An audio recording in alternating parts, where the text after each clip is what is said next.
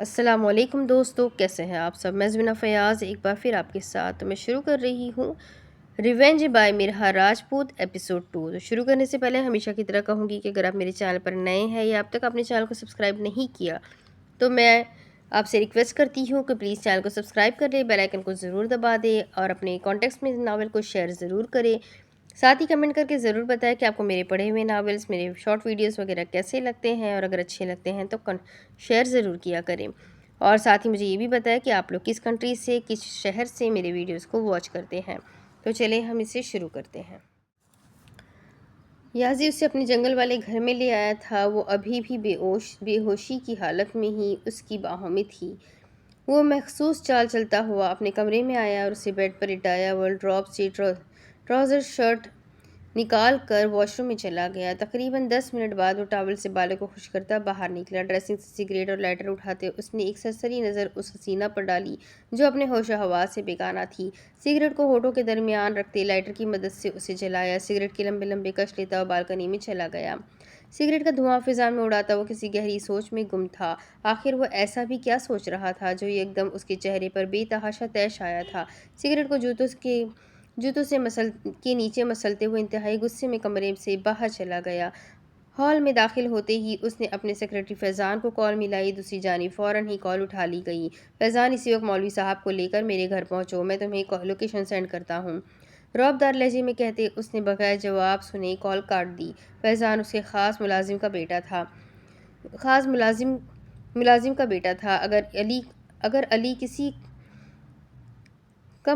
کسی کام میں مصروف ہوتا تو یازی ہمیشہ فیضان سے رابطہ کرتا تھا، کیونکہ وہ جانتا تھا فیضان وہ واحد بندہ ہے جو مر کر بھی اس کے راز کسی اور کو نہیں بتائے گا۔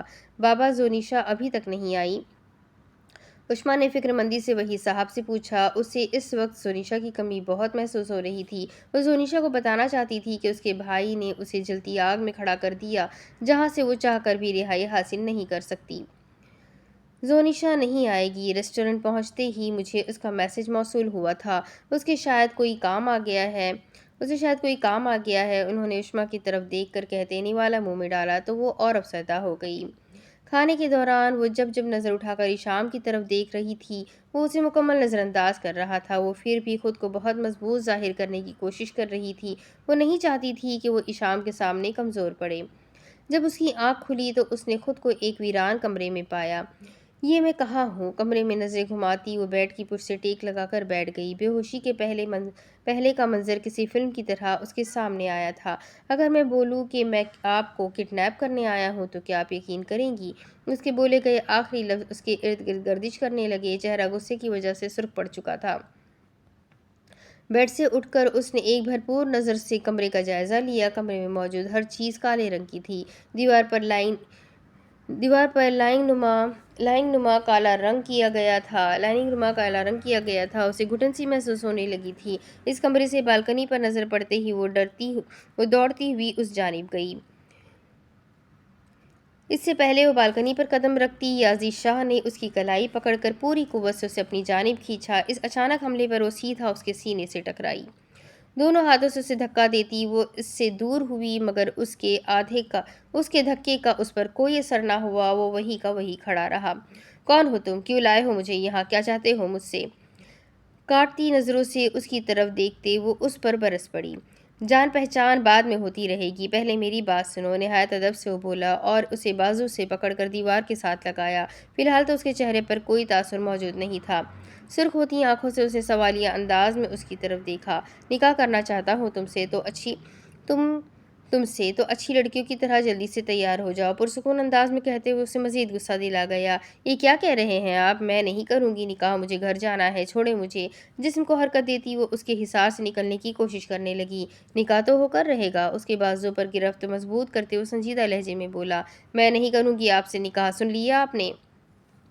اٹل لہجے میں بولتے وہ اس کے پرسکون چہرے پر ایک عجیب سی مسکراہٹ بکھیر گئی۔ بہت آرام سے بات کر رہا تھا وہ، مگر شاید اب وہ اپنا لہجہ بدلنے والا تھا۔ میں تمہیں بتانے آیا ہوں، پوچھنے نہیں، اور رہی بات انکار کی تو تمہارے پاس کوئی گنجائش نہیں ہے انکار کی۔ اگر تم نے انکار کیا تو نتیجے کی ذمہ دار تم خود ہوگی۔ سخت لہجے میں بولتے وہ اسے وارن کر رہا تھا۔ کچھ سیکنڈ پہلے اس کے چہرے پر جو نرمی تھی اب اس کی جگہ وحشت نے اختیار کر لی تھی۔ کیا کر لیں گے آپ؟ میں کسی صورت یہ نکاح نہیں کروں گی۔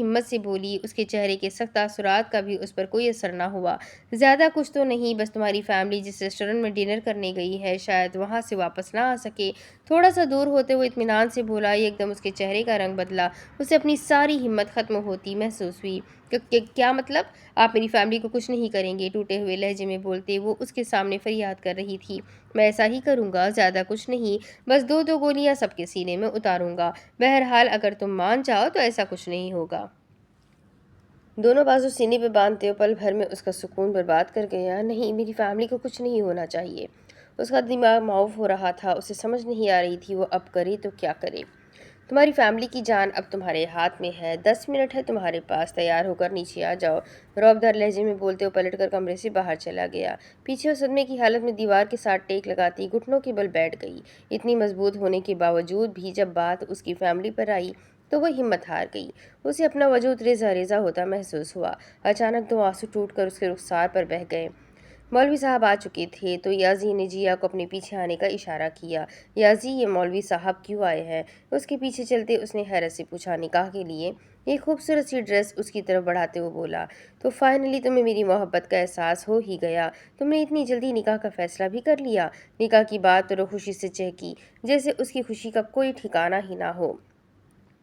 تم سے نہیں، زونیشا سے، یازی نے اس کے خیالات پر پانی پھیرتے ہوئے کہا۔ واٹ؟ اس لڑکی سے تم نکاح کر رہے ہو جس کے باپ نے تمہاری خوشیاں چھین لی؟ تم ہوش میں تو ہو یازی؟ تیش میں آ کر وہ چلائی۔ بھلا کیسے وہ برداشت کرتی اسے کسی اور کا ہوتے دیکھ؟ اس کا تو دل چاہ رہا تھا وہ اس لڑکی کا قتل ہی کر دے۔ زبان سنبھال کر بات کرو، اس سے میں نکاح صرف بدلہ لینے کے لیے کر رہا ہوں، سمجھ گئی تم؟ یہ ڈریس پکڑو اور 10 منٹ میں اسے تیار کر کے نیچے لاؤ۔ غمگین آواز میں بولتے اسے کمرے میں جانے کا کہا۔ وہ اسے اس لڑکی کو تیار کرنے کا بول رہا تھا جو اس کی نفرت کا آغاز بننے جا رہی تھی۔ ٹھیک اسی وقت جیا اس کے کمرے میں داخل ہوئی، ہاتھ میں سفید غرارہ پکڑے وہ چلتی ہوئی اس کے پاس آئی۔ زونیشا نے ناسمجھی سے نظریں اٹھا کر اس کی طرف دیکھا جو غصے سے اسے ہی گھور رہی تھی۔ اٹھو جلدی اور یہ پہنو۔ ڈریس اس کی طرف پھینکتے وہ سخت لہجے میں بولی اور پاس ہی بیڈ پر بیٹھ گئی۔ چہرے سے نفرت صاف جھلک رہی تھی۔ یہ کیا ہے؟ ڈریس کو دیکھتے وہ بولی، آنکھوں میں نمی واضح تھی۔ تمہارا کفن؟ وہ سیلی نظریں اس پر جماتے وہ انتہائی سرد لہجے میں بولی۔ زونیشا نے چونک کر اس کی طرف دیکھا۔ جلدی بدل کر آؤ، مولوی صاحب نیچے انتظار کر رہے ہیں۔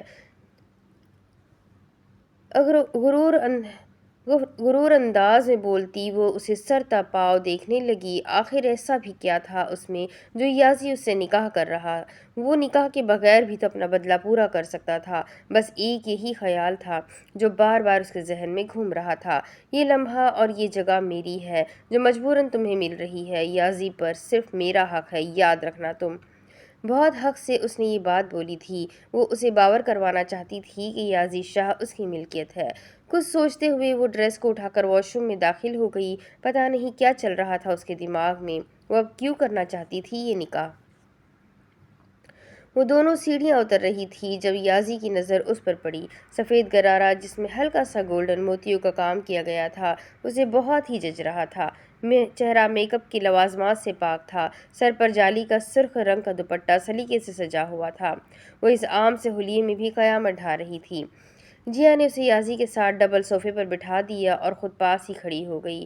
سنگل صوفے پر مولوی صاحب بیٹھے تھے۔ فیضان اور اس کے والدین جو کہ اس گھر میں کام کرتے تھے وہ ایک سائڈ پر کھڑے تھے۔ فیضان کے والدین یازی کے لیے بہت خاص تھے۔ اس کی ماں یازی کو اپنا بیٹا کہہ کر مخاطب کرتی تھی۔ اجازت ہے؟ مولوی صاحب کی بلند آواز ہال میں گونجی تو یازی نے جذبات میں سر ہلایا۔ دونوں ہاتھوں کی انگلیوں کو آپس میں پیوست کرتے وہ خود کو حالات کے مطابق مضبوط بنا رہی تھی، مگر یہ گھونگھٹ اسے الجھن سی ہونے لگی تھی اس گھونگھٹ سے۔ یازی شاہ ولد دلاور شاہ، آپ کو زونیشا شاہ بنت وحید شاہ کے ساتھ یہ نکاح قبول ہے؟ جی قبول ہے، قبول ہے، قبول ہے۔ اس نے قبول ہے بول کر نکاح میں اپنی رضامندی شامل کی تو مولوی صاحب زونیشا کی جانب متوجہ ہوئے۔ زونیشا شاہ بنت وحید شاہ، آپ کو یازی شاہ ولد دلاور شاہ کے ساتھ یہ نکاح قبول ہے؟ مولوی صاحب نے زونیشا سے پوچھا اور سب اس کے جواب کا انتظار کرنے لگے۔ ہال میں مکمل خاموشی چھا گئی۔ آپ کو یہ نکاح قبول ہے؟ اسے خاموش دیکھ کر مولوی صاحب نے دوبارہ سے پوچھا۔ نہیں، مجھے یہ نکاح نہیں قبول۔ کچھ وقت کے بعد اس نے اپنا بیان سب کو سنایا۔ مولوی صاحب نے حیرانگی سے یازی کی طرف دیکھا جو غصے سے اسے ہی دیکھ رہا تھا۔ شدید غصے کی وجہ سے اس کے ماتھے کی رگیں نمایاں ہونے لگیں۔ کیا تماشا لگا رکھا ہے تم نے؟ اس کے بازو کو جھنجھوڑتے وہ اس کے قریب ہو کر دھیمی آواز میں بولا۔ تماشا تو آپ نے لگا رکھا ہے، اپنے بازو کو چھڑواتے وہ دانت پیستے ہوئے بولی تو۔ یازی نے کر برساتی نظروں سے اسے گھورا۔ تم قبول ہے بولو گی، سمجھی تم؟ گھونگھٹ میں موجود اس کے چہرے کی طرف دیکھتے وہ وان والے انداز میں بولا، مگر اس کی باتوں کا اس پر کوئی اثر ہی نہیں ہو رہا تھا۔ جب آپ مجھے قبول ہی نہیں ہے تو میں قبول ہے کیوں بولوں؟ تو تم ایسے نہیں مانو گی؟ ایک پرسکون مسکراہٹ اس کی طرف اچھالتے گن ہاتھوں میں لیتے ہی اس نے اس کے سر پر تان دی۔ اگر تم نے انکار کیا تو اس گن میں جتنی بھی گولیاں ہیں ساری تم پر خالی کروں گا، پھر تمہاری فیملی کو ماروں گا۔ اب فیصلہ تمہارے ہاتھ میں ہے۔ اپنی فیملی کو مرتے ہوئے دیکھنا چاہو گی یا نکاح قبول کرو گی؟ اب بتاؤ اپنا فیصلہ۔ مخصوص انداز میں کہتے وہ اسے اندر تک ڈرا چکا تھا، مگر وہ کہاں ہار ماننے والی تھی۔ میں ایک شرط پر نکاح کروں گی، خود کو ہمت دیتی وہ مضبوط لہجے میں بولی تو یازی نے چونک کر اس کی طرف دیکھا۔ کیسی شرط؟ اس نے ناسمجھیز میں پوچھا۔ وعدہ کرے آپ میری فیملی کو کچھ نہیں کریں گے۔ آپ وعدہ کریں گے تو ہی میں یہ نکاح کروں گی۔ ٹھیک ہے، میں تمہاری فیملی کو کچھ نہیں کروں گا۔ ہال میں موجود تمام لوگوں کی نظریں یازی اور زونیشا پر تھی، سبھی چپ چاپ انہیں دیکھ رہے تھے۔ مولوی صاحب دوبارہ پوچھے ان سے، زونیشا شاہ بنت وحید شاہ، آپ کو یازی شاہ ولد دلاور شاہ کے ساتھ یہ نکاح قبول ہے؟ جی قبول ہے۔ نکاح تو آپ نے مجھ سے کر لیا، مگر میں وعدہ کرتی ہوں میں آپ کا جینا حرام کر دوں گی۔ آپ کو یہ نکاح قبول ہے؟ قبول ہے۔ میں وعدہ کرتی ہوں میں بہت جلد یہاں سے بھاگ جاؤں گی۔ آپ کو یہ نکاح قبول ہے؟ قبول ہے۔ میں وعدہ کرتی ہوں میں آپ کا سکون برباد کر دوں گی۔ ہشام آئس کریم پارلر تو پیچھے ہی رہ گیا۔ اس نے جب دیکھا کہ آئس کریم پارلر پیچھے پر گاڑی روکنے کی بجائے وہ تیز رفتار سے آگے بھگا لے گیا تو وہ بولے بغیر نہ رہ سکی۔ بس ایک ہی آئس کریم پارلر ہے کیا؟ ڈرائیونگ کرتے اس نے اشما کی جانب دیکھ کر پوچھا۔ اس کے چہرے پر بھی ایک عجیب سی چمک تھی جو اشما کی اداسی کا باعث بن رہی تھی۔ نہیں، سامنے سڑک پر نظریں گھماتے اس نے فقط یہی کہا۔ اچھا، مجھے لگا میں اتنی دیر باہر رہا ہوں تو شاید ایک ہی آئس کریم پارلر رہ گیا ہو۔ تمسخرانہ انداز میں بولتے ہوئے ڈرائیونگ کی جانب متوجہ ہو گیا۔ اشما اس کی بات کو انسنی کرتے ونڈو سے باہر دیکھنے لگی تو اشام نے گاڑی ریسٹورنٹ کے سامنے جا کر روکی۔ اشما کا تو ذرا دل نہیں کر رہا تھا آئس کریم کھانے کو۔ وہ وحید صاحب کی بات مان کر اشام کے ساتھ آئس کریم کھانے آ گئی تھی، مگر وہ تو بس جلدی سے گھر جانا چاہتی تھی تاکہ جو کب سے خود پر ضبط کیے بیٹھی تھی زونیشا کو اپنے دکھ میں شامل کر کے اپنے دل کا غبار نکالے۔ اشام، ہم کھانا کھا چکے ہیں تو اپنی گاڑی یہاں کیوں روکی ہے؟ سامنے موجود عالیشان ریسٹورنٹ کی جانب دیکھتی وہ حیرانگی کی کیفیت میں اشام سے پوچھ رہی تھی۔ وہ میں تمہیں بتانا بھول گیا کہ میں نے اپنی گرل فرینڈ کو پرپوز کرنا ہے، اس لیے آئس کریم کا بہانہ لگا کر یہاں آنا پڑا۔ اس کی بے رونق آنکھوں کی جانب دیکھتے وہ اپنی باتوں سے اس کا دل چھلنی کر گیا۔ تو آپ مجھے کیوں لے کر آئے ہیں یہاں ہے ساتھ؟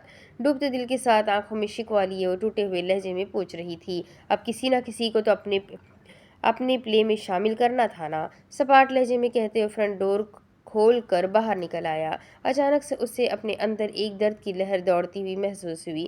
اس کی آنکھوں میں نمی تیرنے لگی۔ اب وہ اسے مطلب کے لیے بھی استعمال کرے گا؟ باہر آؤ، اس کی جانب کا ڈور کھولتے وہ بولا۔ اس نے مشکل سے ہی خود کو سنبھالا تھا کہ اشام نے یہ سب بول کر اسے پھر سے اداس کر دیا۔ میں اندر نہیں جاؤں گی، آپ جائیں، میں یہیں انتظار کرتی ہوں۔ ویسے بھی مناسب نہیں لگتا دو لوگوں کے درمیان تھرڈ پرسن۔ اس نے ٹالنا چاہا۔ کم آن اشما، کیسی باتیں کر رہی ہو؟ تم تو میری دوست ہو تو ساتھ چلو، مجھے تمہاری ضرورت پڑ سکتی ہے۔ مطلب کیا؟ وہ اب اسے ضرورت کے لیے ساتھ لے جا رہا تھا؟ آخر چاہتا کیا ہے یہ شخص؟ کیوں اپنی باتوں سے اسے اذیت پہنچا رہا تھا؟ نہیں پڑے گی آپ کو میری ضرورت، اتنے سالوں میں آپ کو ضرورت نہیں پڑی تو بھلا اب کیوں پڑے گی؟ وہ بس سوچ کر رہ گئی۔ نظریں زمین پر گاڑتے وہ گاڑی سے باہر نکلی جس سے اگر وہ نظریں اٹھائے گی تو وہ سب جان جائے گا، جیسے اس کی آنکھیں سب کچھ بیان کر دے گی۔ اشام اس کی کلائی اپنی گرفت میں لیتے ریسٹورنٹ کے اندر داخل ہوا۔ وہ بنا کوئی جواب دیے اس کے پیچھے چلنے لگی۔ وہ اب دیکھنا چاہتی تھی کہ کون ہے وہ لڑکی جس کے لیے اشام اسے بھول بیٹھا، یا پھر وہ اس کے لیے کوئی جذبات ہی نہیں رکھتا تھا۔ ان کے درمیان جو بھی تھا کیا وہ ایک دوستی کی حد تک تھا؟ کیا اشام اپنی ڈال سے عشق نہیں کرتا تھا؟